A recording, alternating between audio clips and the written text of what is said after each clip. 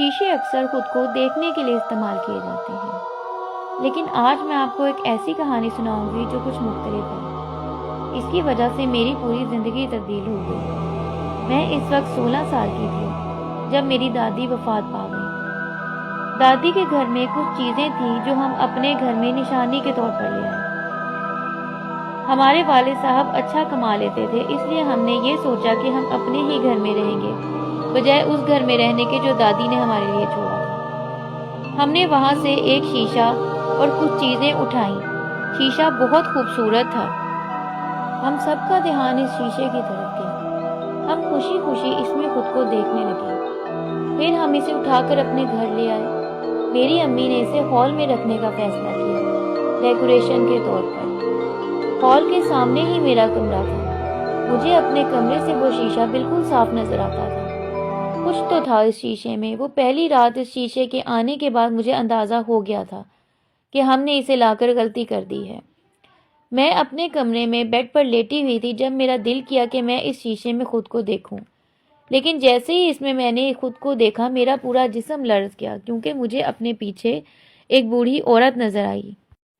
میرا دل زور زور سے دھڑکنے لگا۔ میں نے ایک دم سے پیچھے دیکھا لیکن وہاں کوئی بھی نہیں تھا۔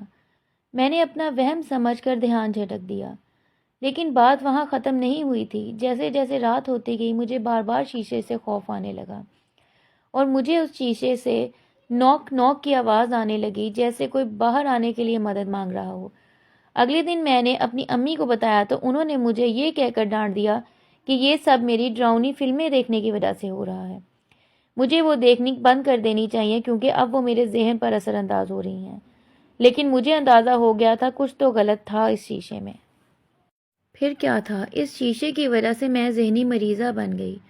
روز ڈراؤنے خواب آتے اور روز خواب میں وہ بوڑھی عورت شیشے سے نکلتی اور سب کو مارنے کی کوشش کرتی، لیکن میں یہ خواب ہمیشہ تب ہی دیکھتی جب میں سوئی ہوئی ہوتی، اور جب میں سوئی ہوئی ہوتی تو مجھے لگتا کہ میرے ساتھ یہ حقیقت میں ہو رہا ہے۔ ایک خواب جو مجھے ابھی تک یاد ہے، جس میں وہ بوڑھی عورت مجھے ڈھونڈ رہی ہوتی ہے اور میں اپنے بیڈ کے نیچے چھپی ہوئی ہوتی ہوں۔ اس کے ڈراؤنے پاؤں مجھے نظر آتے ہیں اور وہ مجھے آوازیں دے رہی ہوتی ہے، چھوٹی گڑیا کہاں ہو؟ کہاں ہو چھوٹی گڑیا؟ جواب نہ دینے پر وہ غصے میں آ جاتی ہے اور میرے بیڈ کے پاس آ جاتی ہے۔ میرا دل مانو مٹھی میں آ جاتا ہے۔ میری دلی خواہش تھی کہ وہ مجھے نہ دیکھے، لیکن جیسے ہی میں نے منہ دوسری طرف کیا تو وہ چیخی، میں نے ڈھونڈ لیا، میں نے ڈھونڈ لیا، میں نے ڈھونڈ لیا، اور سیدھا چھری میرے بازو میں گھسا دی۔ میری تکلیف سے فوراً آنکھ کھل گئی۔ میرا پورا جسم پسینے سے بھیگا ہوا تھا اور میرے بازو میں شدید درد ہو رہا تھا، اور میرے بازو میں وہاں پر کٹ بھی لگا ہوا تھا جہاں پر اس نے چاقو مارا تھا۔ اس کا مطلب کہ وہ سب حقیقت میں میرے ساتھ ہو رہا تھا۔